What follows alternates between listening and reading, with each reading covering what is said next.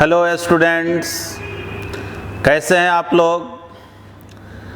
आज जो है मैं अलग से कोई कंसेप्ट न सिखा करके आप लोग जो क्वेश्चन पूछे हैं अपने कमेंट बॉक्स के द्वारा, है ना, या टेलीग्राम चैनल, व्हाट्सएप वगैरह चैट बॉक्स के द्वारा, तो मैं उन सारे क्वेश्चंस को लूँगा जो एससी वर्मा के बुक में अगर देखें तो वो गॉस लॉ चैप्टर है, मतलब सेकंड चैप्टर है। हालांकि एनसीईआरटी बुक के अकॉर्डिंग अभी भी हम लोग फर्स्ट चैप्टर को पढ़ रहे हैं। तो आज मैं प्रॉब्लम डिस्कस करूंगा और प्रॉब्लम डिस्कस में मैं कोशिश करता हूं कि वो सारे क्वेश्चन लूं जो अक्सर आपको दिक्कत करता है। तो सबसे पहले जो है हम लोग जो है एससी वर्मा के बुक में जो क्वेश्चन नंबर 2 है उसको लेते हैं। देखो क्वेश्चन नंबर 2 क्या कह रहा है कि एक क्यूबिकल बॉक्स, चलो भाई एक क्यूब तो कम से कम बना ले, है ना। एक क्यूबिकल बॉक्स है,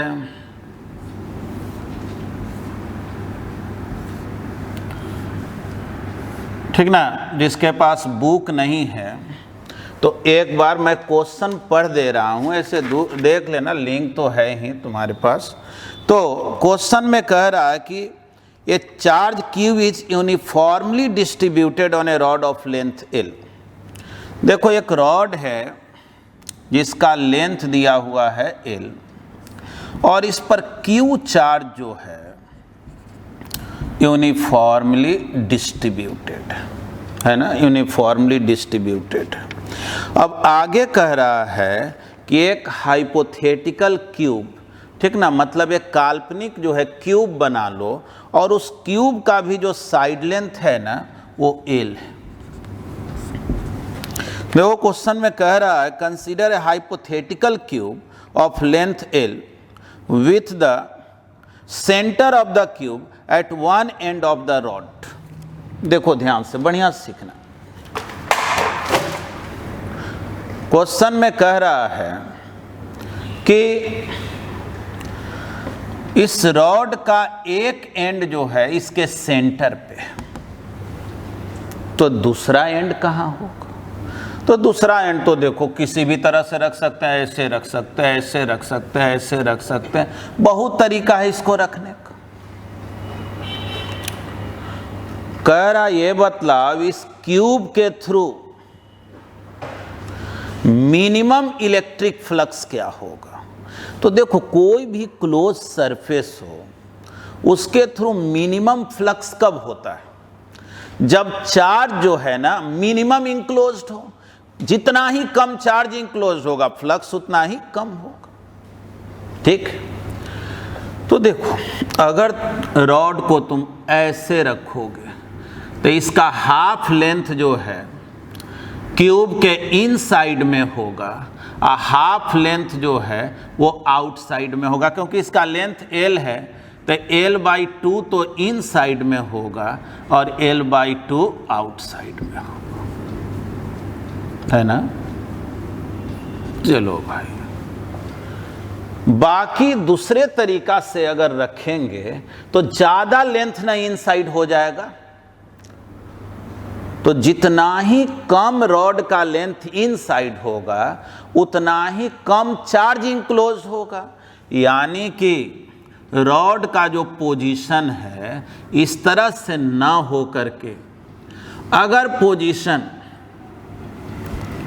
इस तरह से रहेगा तब मिनिमम चार्ज इंक्लोज्ड होगा। तो देखो जी, तो मिनिमम चार्ज इंक्लोज्ड क्या हो गया, कम से कम कितना चार्ज इंक्लोज्ड होगा, charge enclosed inside the cube. बोलेंगे कि भाई मिनिमम चार्ज, जब लेंथ हाफ है और टोटल चार्ज क्यू है तो Q/2 चार्ज जो है कम से कम इंक्लोज होगा ही, क्योंकि देखो शर्त ये है ना कि रॉड का एक एंड कहाँ होना चाहिए, सेंटर पे, है ना। तब तो एक बात तो तय हो गया ना कि हाफ से कम लेंथ तो इंक्लोज हो ही नहीं सकता। अब पूछा जाए electric flux through the cube क्या होगा, तो इसमें अब कोई दिमाग नहीं लगाना है, जानते हो charge inside divided by epsilon not. तो फ्लक्स का मिनिमम वैल्यू क्या होगा, तो मिनिमम चार्ज अब Q/2 है तो Q/2 divided by epsilon not, यानी यही आंसर होगा, ठीक ना। तो ये क्वेश्चन नंबर 2 था। लेकिन अब देखो इसी क्वेश्चन में बाय द वे पूछा नहीं गया है, पूछा जाता कि ये बतलाओ मैक्सिमम इलेक्ट्रिक फ्लक्स क्या होगा। तो जितने रॉड का ज्यादा लेंथ क्यूब के अंदर होगा, चार्ज उतना ही ज्यादा इंक्लोज होगा, और चार्ज ज्यादा इंक्लोज होगा तो इलेक्ट्रिक फ्लक्स उतना ही ज्यादा होगा। तो उसके लिए क्या करना पड़ेगा, तो उसके लिए रॉड को इस तरह से रखो कि ये कॉर्नर से पास करे, तो सेंटर से कॉर्नर का डिस्टेंस क्या होगा, है ना। जैसे एक क्यूबिकल बॉक्स है और अगर मैक्सिमम फ्लक्स चाहिए तो मैक्सिमम फ्लक्स के लिए शर्त तो ये जान ही रहे हैं कि एक एंड सेंटर पे होना चाहिए, तो दूसरा एंड यहां पर अगर होगा तो इस तरह से रॉड का जो है ज्यादा जो लेंथ है इस क्यूब के अंदर होगा। तो कैसे पता चलेगा कितना लेंथ अंदर होगा, तो क्यूब का लेंथ L है, तो क्यूब का जो डायगोनल है वो तो √3L ना होता है ना। इस कॉर्नर से इस कॉर्नर को देखेंगे तो वो √3L होता है, और √3L का हाफ हो गया अगर सेंटर से डिस्टेंस देखे तो, यानी इस केस में बोलेंगे कि जो लेंथ इनसाइड होगा वो कितना होगा, √3L/2, यहां से यहां तक का लेंथ √3L/2। और एक बात सोचो, जब L लेंथ में Q चार्ज है, बोलेंगे ना L length contains Q charge, तो √3L/2 कितना चार्ज को कंटेन करेगा, तो Q divided by L √3L/2, देखो तो कितना चार्ज हो गया, √3/2 इंटू Q, यही हो गया मैक्सिमम चार्ज, है ना। इससे ज़्यादा चार्ज इसके अंदर हो ही नहीं सकता है, क्योंकि शर्त है कि एक एंड सेंटर पे होना है। अब पूछा जाए मैक्सिमम फ्लक्स क्या होगा, ठीक ना। इस क्वेश्चन में पूछा नहीं गया है, लेकिन अगर पूछा जाता तब हम लोग क्या बोलते हैं कि भाई जो मैक्सिमम चार्ज है डिवाइड कर दो किससे, एप्सिलॉन नॉट से। आंसर हो गया क्या, है ना। तो इसका एक स्क्रीनशॉट ले लें। अब जो है हम लोग एससी वर्मा का 4 नंबर प्रॉब्लम देख रहे हैं गॉस लॉ चैप्टर में। क्वेश्चन क्या है, कह रहा है कि इमेजिन करो एक क्यूबिकल वॉल्यूम है, क्यूब को कल्पना कर लो, और वो क्यूब का जो साइड है x0 से स्टार्ट होके xa जाता है, x0 से xy जाता है, x0 से za जाता है, मतलब कि x डायरेक्शन में, y डायरेक्शन में, z डायरेक्शन में, तीनों डायरेक्शन में समझ ही रहो क्यूब है तो साइड लेंथ तो इक्वल होगा, माने उसका कॉर्नर a डिस्टेंस पर है, यही क्यूब हो गया, है ना। कह रहा है ऐसा एक क्यूब इमेजिन कर ले, और कह रहा है इस क्यूब को इस इलेक्ट्रिक फील्ड में रख दिए। थोड़ा इलेक्ट्रिक फील्ड का इक्वेशन देखें, E0 वो कांस्टेंट वैल्यू है, फिक्स वैल्यू है, L भी दिया हुआ है 2 सेंटीमीटर है, यानी E0 और L कांस्टेंट टर्म, लेकिन X जो है वो तो वेरिएबल है, जैसे जैसे x में आगे जाओगे इलेक्ट्रिक फील्ड बदलते जाएगा।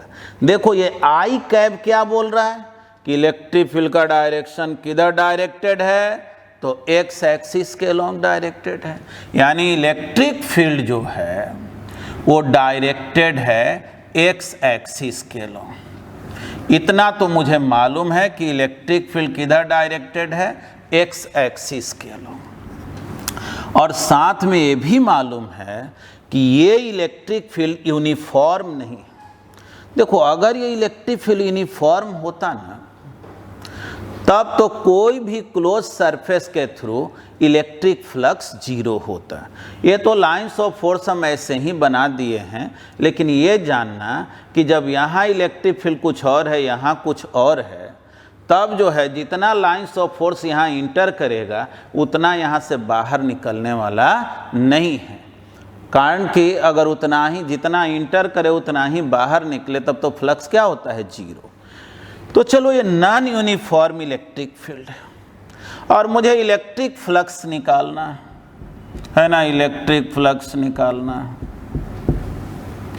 थोड़ा देखना, ये दो सरफेस को हम डॉटेड कर दे रहे, बढ़िया से अब समझना बात को।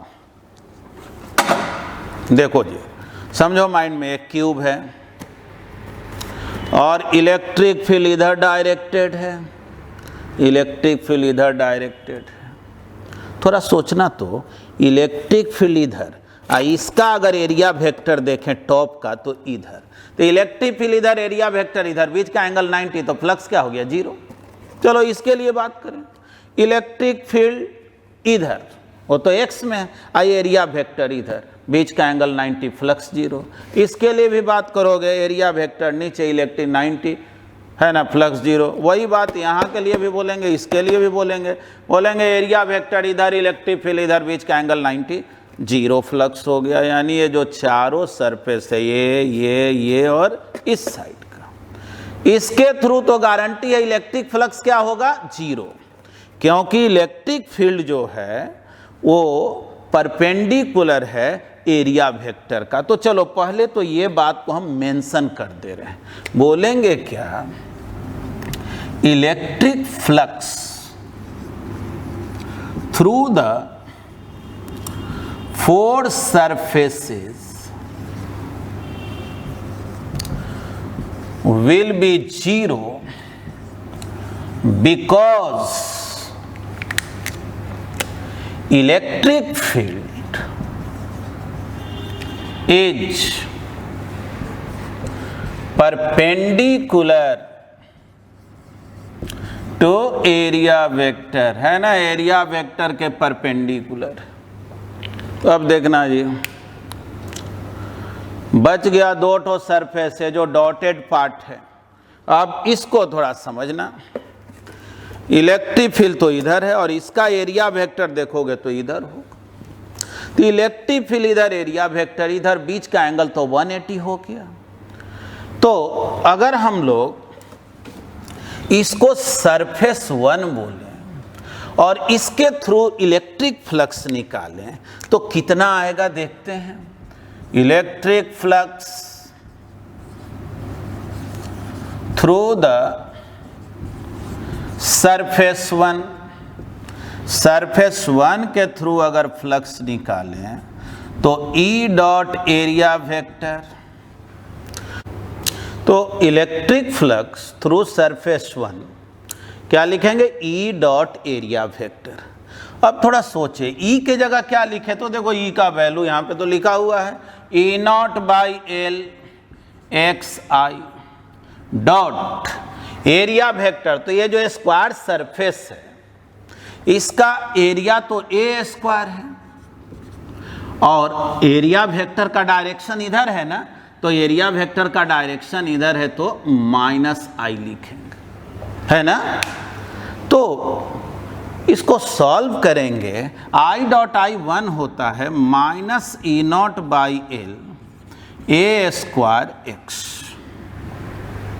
ये आ गया इलेक्ट्रिक फ्लक्स थ्रू सरफेस 1। लेकिन एक्स के जगह क्या पुट करें, तो सोचें, ये जो सरफेस है क्यूब का, ये वाला जो दीवार है वो तो ओरिजिन से न स्टार्ट हो रहा है, तो ओरिजिन पर x का वैल्यू क्या होता है, 0। तो क्या करेंगे, पुट x इक्वल टू 0। तब बतलाओ तो इलेक्ट्रिक फ्लक्स क्या हो गया, जीरो, क्योंकि x के जगह जीरो पुट करेंगे, पूरा जीरो। तो सोच लो तो 5 ठो सरफेस के कारण जीरो आ गया ना, 4 के कारण तो इसलिए जीरो आ गया क्योंकि इलेक्ट्रिक फील्ड परपेंडिकुलर था एरिया वेक्टर के, और इस सरफेस के कारण इसलिए जीरो आ गया क्योंकि यहाँ इलेक्ट्रिक फील्ड ही जीरो है। यानी जो इलेक्ट्रिक फ्लक्स जो होगा वो इस सरफेस 2 के थ्रू ना होगा। तो चलो electric flux through the surface 2, surface 2 के थ्रू फ्लक्स क्या होगा जी, तो बोलेंगे E2 डॉट, या E डॉट ही लिखते हैं, E डॉट एरिया वेक्टर।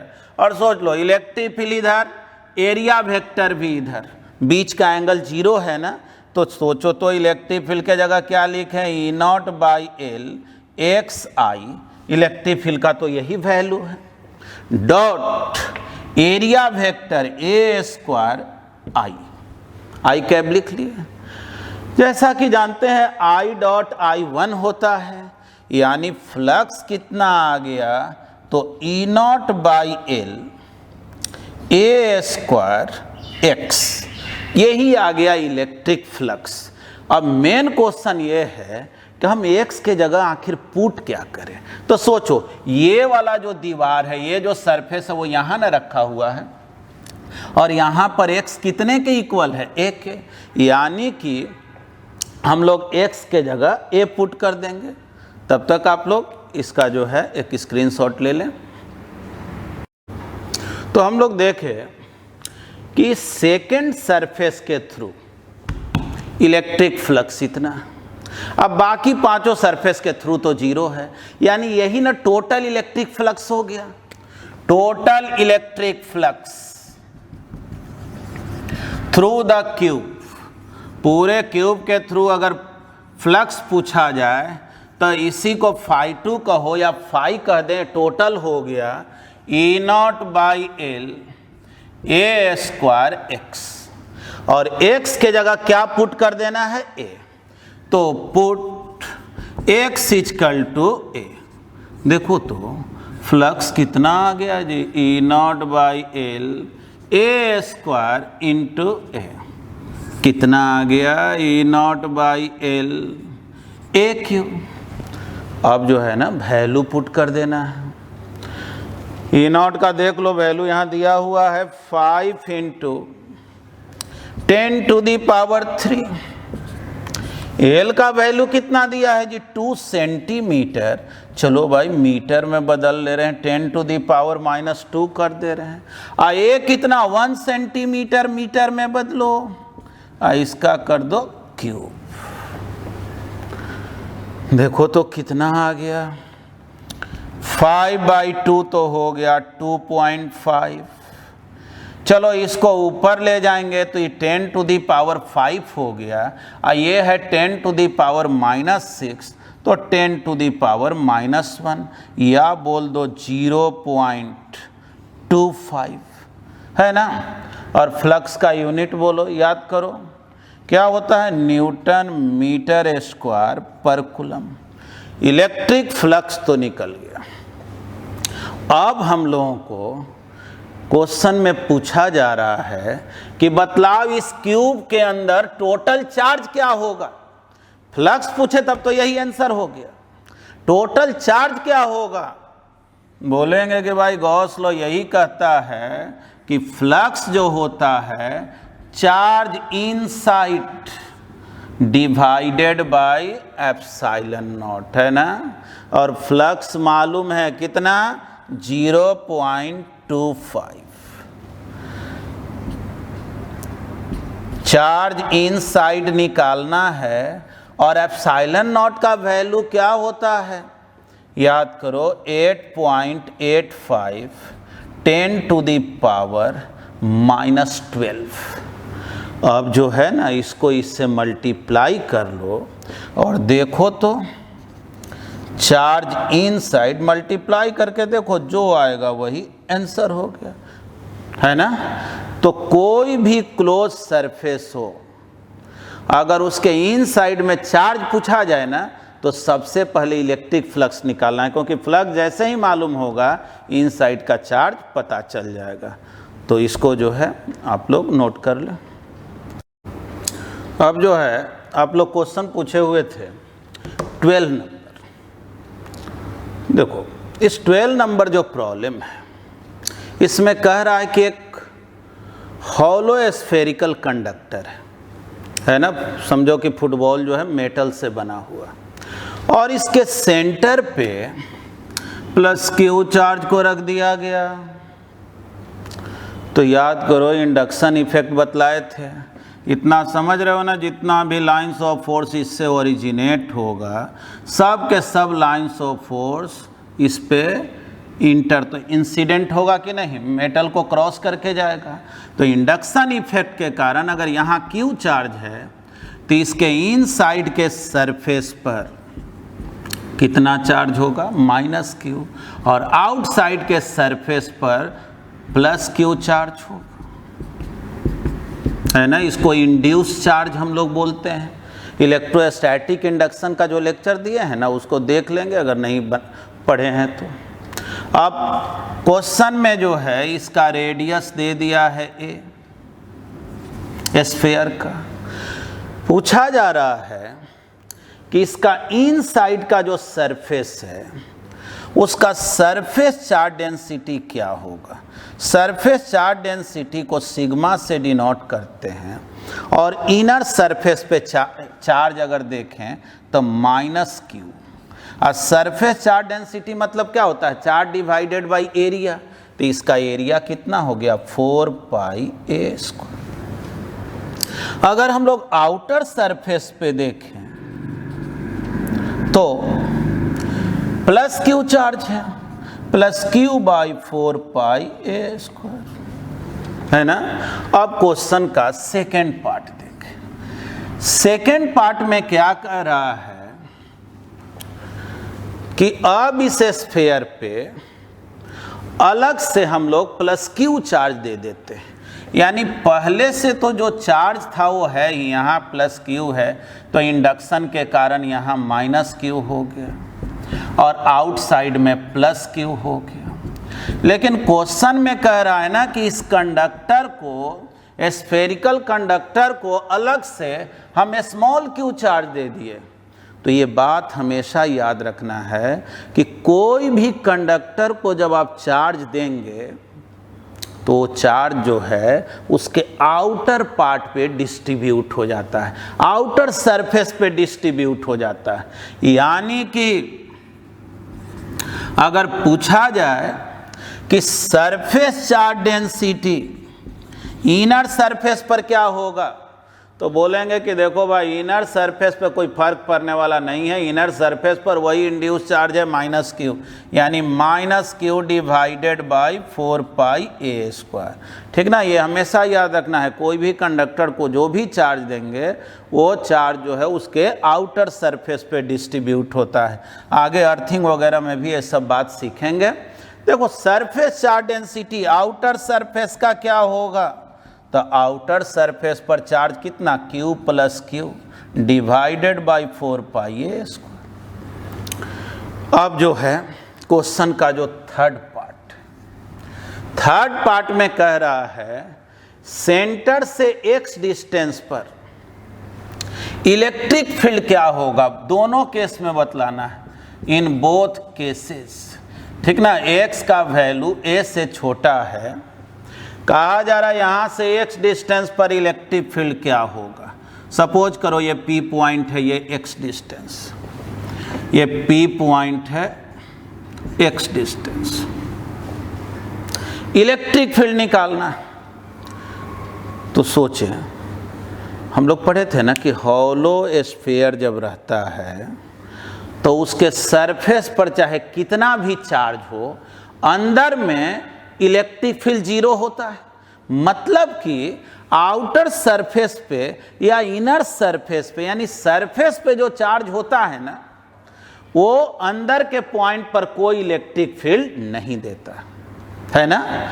याद करें, गॉस लॉ का एप्लीकेशन में पढ़े थे, हॉलो स्फीयर पे कुछ चार्ज दे दिए अंदर में इलेक्ट्रिक फील्ड जीरो होता था। तो सोचें ये जो चार्ज है जो आउटर सरफेस पे हो या इनर सरफेस पे हो, अगर ये चार्ज नहीं हो तो अंदर में तो इलेक्ट्रिक फील्ड जीरो होगा। वही बात बोले जो सरफेस पर चाहे जितना भी चार्ज हो, सरफेस पे जो चार्ज रहता है वो हॉलो स्फीयर के अंदर कोई इलेक्ट्रिक फील्ड नहीं, यानी यहाँ जो भी इलेक्ट्रिक फील्ड होगा वो किसके कारण होगा, तो इस प्लस क्यू चार्ज के कारण। और प्लस क्यू तो पॉइंट चार्ज है ना, तो इलेक्ट्रिक फील्ड हो जाएगा कितना 1/4 pi epsilon not Q by x square, है ना 10। तो ये हो गया क्वेश्चन नंबर 12। इसको भी जो है आप स्क्रीनशॉट ले लें। अब देखें प्रॉब्लम नंबर 17 बता रहे हैं। बहुत सारे स्टूडेंट जो है कमेंट में लिखे हुए थे कि 17 में दिक्कत हो रहा है। पहले तो 17 क्वेश्चन को समझे। कह रहा है ना कि इनफाइनाइट जो है नॉन कंडक्टिंग शीट है और उसका थिकनेस d दिया हुआ है, ठीक ना। ऐसे समझना है कि ये शीट है और d थिकनेस में चार्ज यूनिफॉर्मली डिस्ट्रीब्यूटेड है और दिया हुआ है कि इसका वॉल्यूम चार्ज डेंसिटी रो है, यूनिट वॉल्यूम में रो चार्ज, और ये सेंट्रल प्लेन है। समझो कि वो जो शीट है d थिकनेस का बीच से काटेंगे और जो प्लेन बनेगा वो ये वाला जो लाइन के द्वारा समझो सेंट्रल प्लेन को दिखाया हुआ। क्वेश्चन क्या है? क्वेश्चन है कि सेंट्रल प्लेन से x डिस्टेंस पे जो इस शीट के अंदर कहीं पॉइंट है ना, यानी कि x का वैल्यू d/2 से कम होना चाहिए, वहां पर इलेक्ट्रिक फील्ड क्या होगा। x डिस्टेंस पर इलेक्ट्रिक फील्ड पूछा जा रहा है, तो एकदम सिंपल वे में सोचना। अच्छा, इलेक्ट्रिक फील्ड का अगर डायरेक्शन पूछा जाता है, जैसे कोई कहता बताओ भाई यहाँ इलेक्ट्रिक फील्ड का डायरेक्शन किधर होगा, तो यहाँ क्या करेंगे, एक पॉजिटिव चार्ज रखेंगे और ये इधर रिपेल करेगा क्या, तो इलेक्ट्रिक फील्ड का डायरेक्शन इधर हो गया। अब अगर मान लो यहाँ पे इलेक्ट्रिक फील्ड किधर होगा, प्लस चार्ज रखे, फोर्स इधर लगा, इलेक्ट्रिक फील्ड इधर हो, यानी यहाँ इलेक्ट्रिक फील्ड, यहाँ इलेक्ट्रिक फील्ड इधर।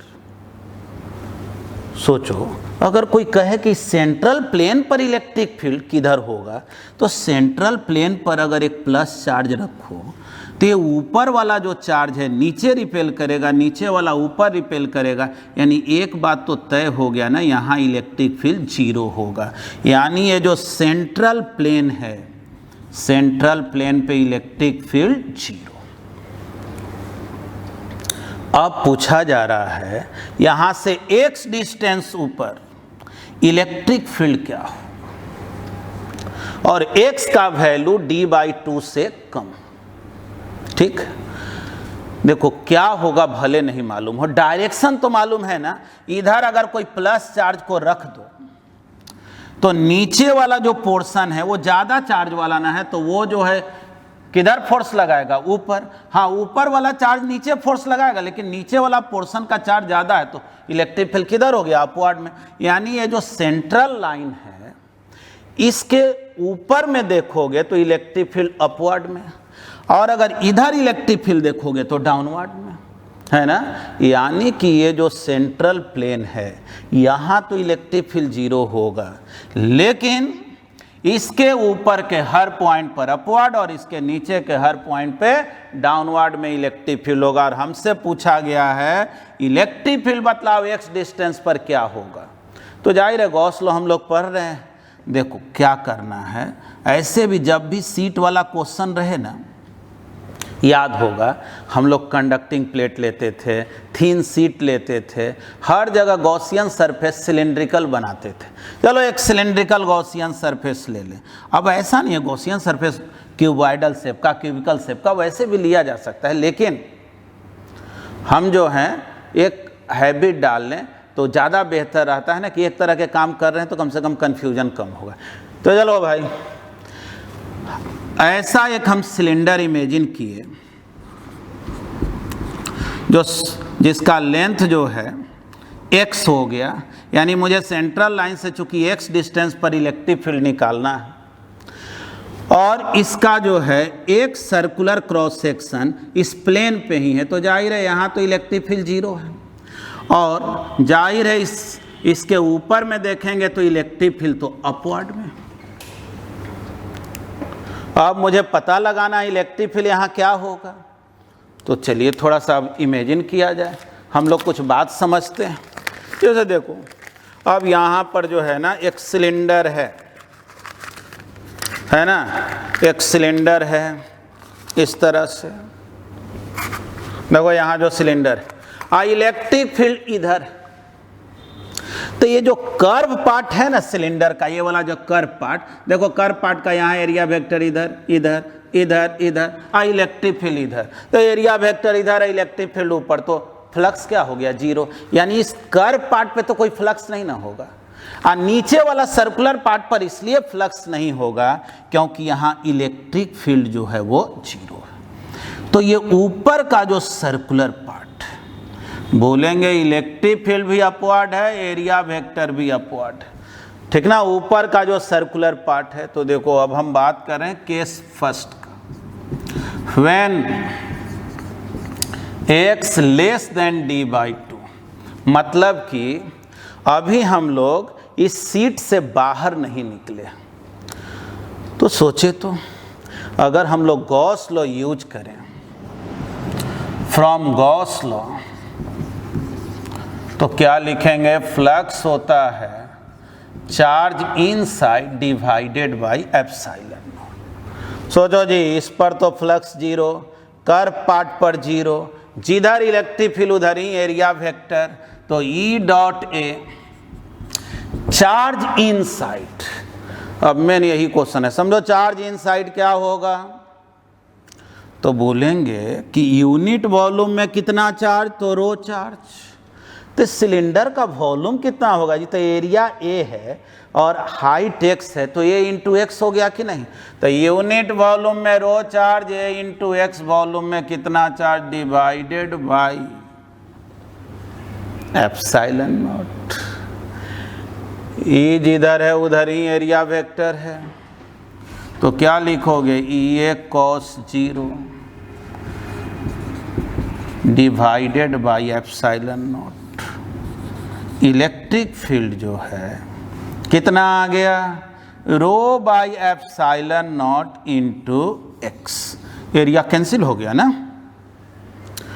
देखो क्वेश्चन का तो जवाब मिल गया, जो क्वेश्चन पूछा है बुक में उसके अनुसार केस फर्स्ट ही है, लेकिन हम लोगों को अभी और भी सारी बातें इसमें करनी। अगर हम केस टू का बात करें, केस टू का मतलब ये समझना है कि जब हम सरफेस पे इलेक्ट्रिक फील्ड देखें, when x equal to d/2, तो इलेक्ट्रिक फील्ड सरफेस पे, याद करो चाहे हॉलो स्फीयर था, सॉलिड स्फीयर था, हॉलो सिलेंडर, सॉलिड सिलेंडर, सब में इलेक्ट्रिक फील्ड मैक्सिमम कहाँ होता है, तो सरफेस पे। यानी सीट के सरफेस पे पहुंचेंगे तो x कितने के इक्वल हो जाएगा, तो d/2 के इक्वल हो जाएगा। यानी बस x के जगह d/2 पुट कर दो, तो रो बाई एप्सिलॉन नॉट d/2, ये हो गया मैक्सिमम इलेक्ट्रिक फील्ड। लेकिन अगर कोई पूछे यहाँ इलेक्ट्रिक फील्ड क्या होगा, यहाँ क्या होगा, यहाँ क्या होगा, यानी आउटसाइड में क्या होगा, तो उसको कैसे बनाएंगे, ठीक ना। ये जो केस टू था ये तो हो गया एट द सरफेस, ठीक। तो पहले आप जो है इसका एक स्क्रीनशॉट ले लें। तो अब हम लोग केस थर्ड को देखते हैं। केस थर्ड में कह रहा है कि सीट के आउटसाइड में इलेक्ट्रिक फील्ड क्या होगा for x greater than d/2। देखो ये d/2 है, x ग्रेटर देन d/2 पर इलेक्ट्रिक फील्ड क्या होगा, ठीक। फिर तो हम लोग वही बात करेंगे, भाई कर्व पार्ट के थ्रू तो कोई फ्लक्स होगा नहीं, electric field area vector perpendicular है। ये नीचे का जो सर्कुलर पार्ट है फ्लक्स होगा नहीं क्योंकि यहाँ इलेक्ट्रिक फील्ड जीरो है। तो अगर गॉस लॉ हम लोग यूज करें तो इलेक्ट्रिक फ्लक्स होता है charge inside divided by epsilon not, और ये भी जानते हैं फ्लक्स होता है E dot area charge inside. तो इस सिलेंडर के अंदर कितना चार्ज, तो देखो ये जो फ्री स्पेस में पार्ट है, बाहर निकला हुआ सिलेंडर है, इसमें तो कोई चार्ज है नहीं। तो इसमें जब कोई चार्ज है नहीं तो चार्ज जो है वो इसी में न है, तो सोचो यूनिट वॉल्यूम में रो चार्ज, तो इतना वॉल्यूम निकालना तो है इतने वॉल्यूम में चार्ज, लेकिन चार्ज इसी में मौजूद है। तो ये एरिया ये है और यहाँ से यहाँ d/2 है, यानी rho A d/2 divided by epsilon naught. देखो जिधर ई उधर ही एरिया, तो E A cos 0 rho A d/2 divided by epsilon naught. बतला दो इलेक्ट्रिक फील्ड कितना आ गया, area cancel, rho by epsilon naught d/2। देखो तो ये तो वही इलेक्ट्रिक फील्ड आया ना जो अभी हम लोग मैक्सिमम वैल्यू निकाले थे। याद करो अभी हम लोग जो निकाले थे कि जब x लेस देन d/2 हो तब इलेक्ट्रिक फील्ड का वैल्यू कितना आया था, rho by epsilon naught into X. जब x इक्वल टू d/2 हो तो इलेक्ट्रिक फील्ड मैक्सिमम हुआ था और कितना हो गया था, rho by epsilon naught d/2, यही ना। और x जब ग्रेटर देन d/2 है तो रिजल्ट x से इंडिपेंडेंट है कि नहीं, इसको x से कोई लेना देना, यानी कांस्टेंट होगा electric field, it is independent of x।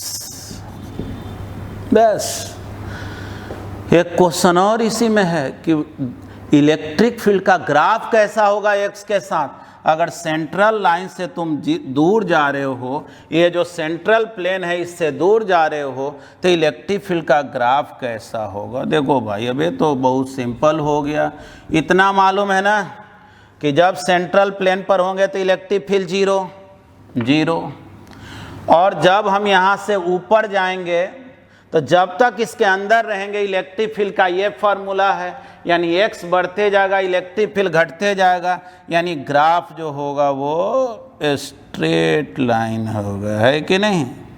यानी ग्राफ स्ट्रेट लाइन होगा, ग्राफ जो है directly electric field directly proportional है x का, ठीक है।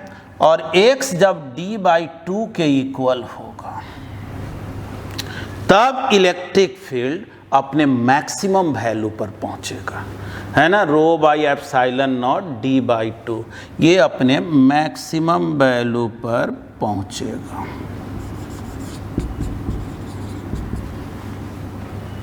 समझ गए। इसके बाद जब x ग्रेटर देन d/2 होगा तो इलेक्ट्रिक फील्ड यही के यही रह जाएगा, यानी देखो ये ग्राफ ऐसे हो गया पैरेलल टू x एक्सिस। देखो ग्राफ क्या कह रहा है, x 0 इलेक्ट्रिक फील्ड 0, x बढ़ रहा इलेक्ट्रिक फील्ड बढ़ रहा, x जब d/2 हुआ इलेक्ट्रिक फील्ड मैक्सिमम हो गया और फिर वही मैक्सिमम फील्ड बना रह गया, है ना।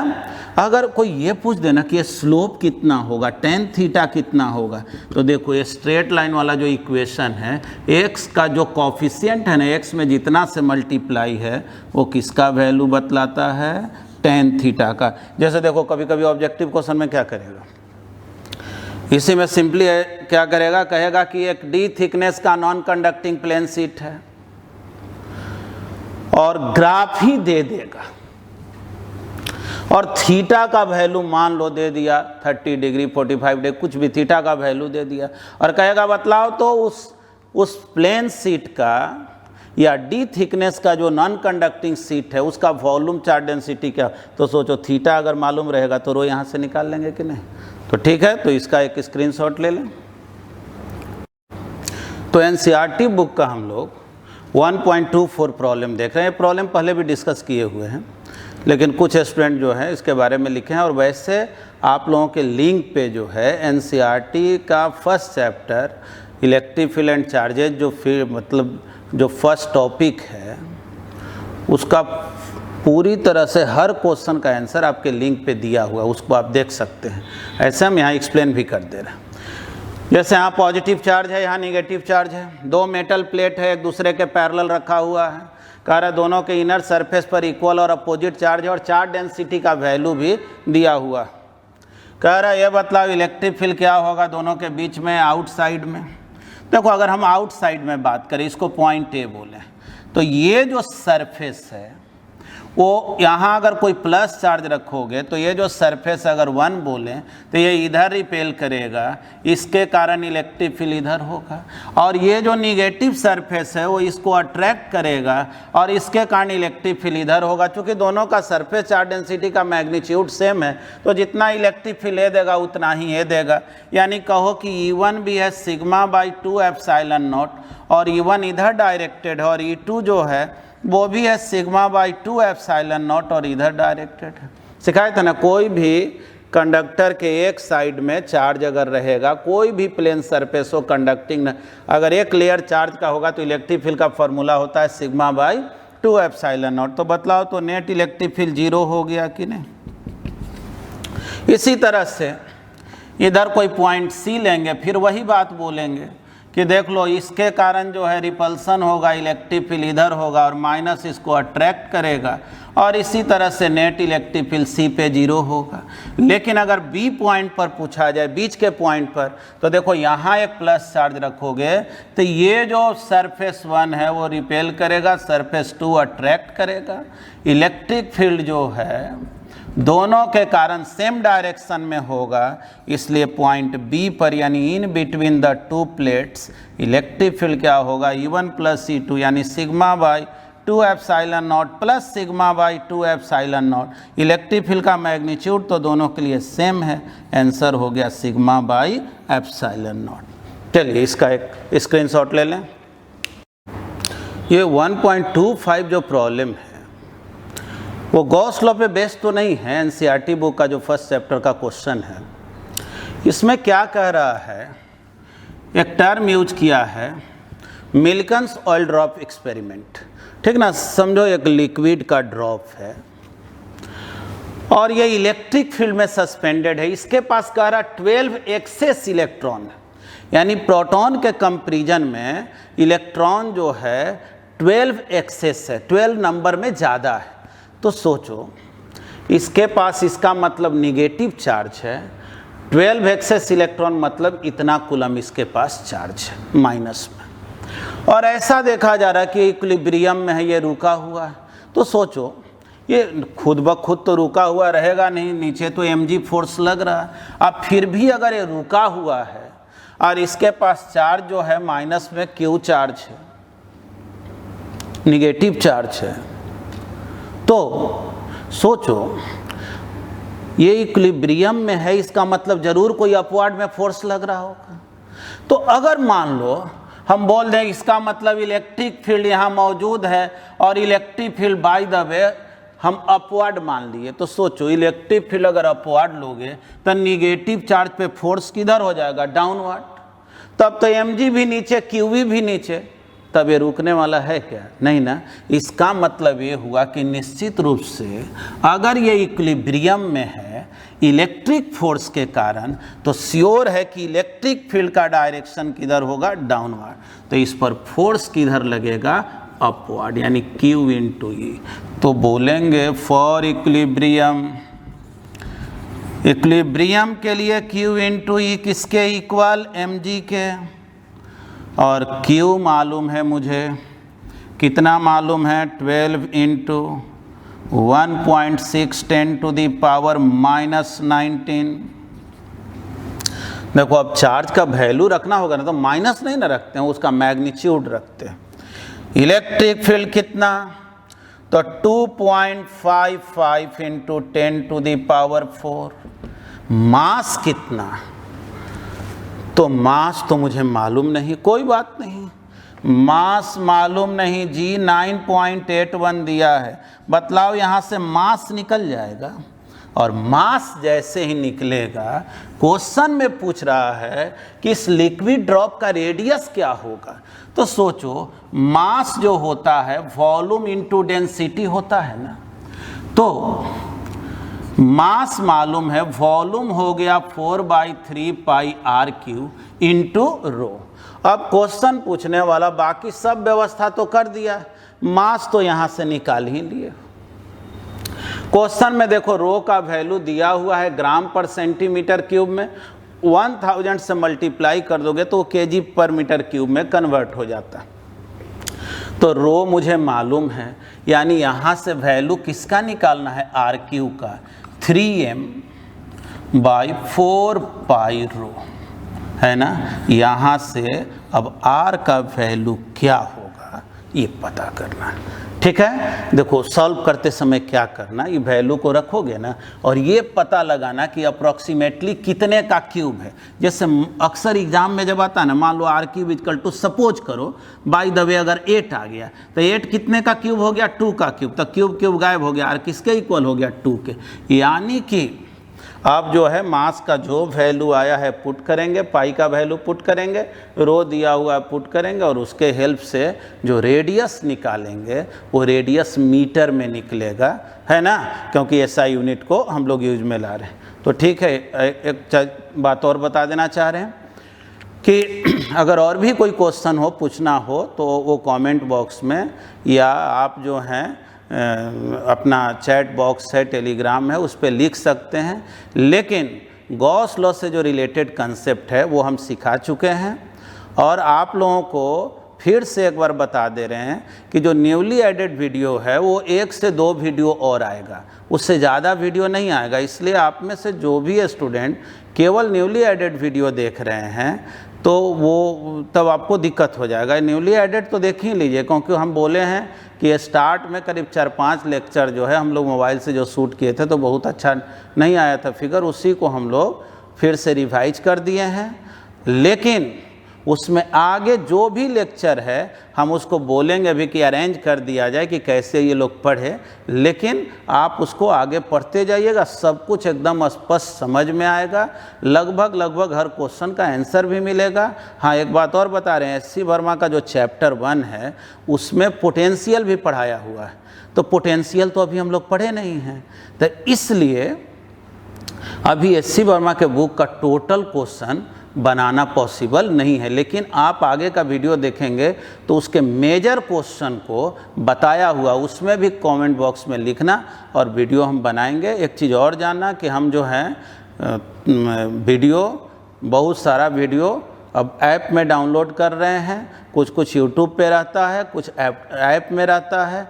ऐप आप लोग डाउनलोड कर लेंगे और डाउनलोड करने से ही केवल नहीं होगा, उसके लिए जब आप एंट्री लेंगे ना तो बैच कोड वगैरह जब पूछता है तो जैसा कि हम आपको बतलाए हुए हैं कि जहां कन्फ्यूजन हो, एंट्री नहीं ले रहा हो, बैच कोड नहीं आपको पता हो, तो बतलाए थे ना कि जो फ़ोन नंबर है टेक्निकल स्टाफ का जो 8002886857, ठीक ना, इनसे जो है ना आप बोलेंगे तो ये आपको लिंक भेज देंगे, आप क्लिक करेंगे तो आप कोई ना कोई बैच में शामिल हो जाएंगे। तब आपको असाइनमेंट से लेकर के स्टडी मटेरियल से लेकर के सब कुछ दिखने लगेगा, सारा जो है वीडियो आपके लिए विजिबल हो जाएगा, ठीक ना। चलो धन्यवाद।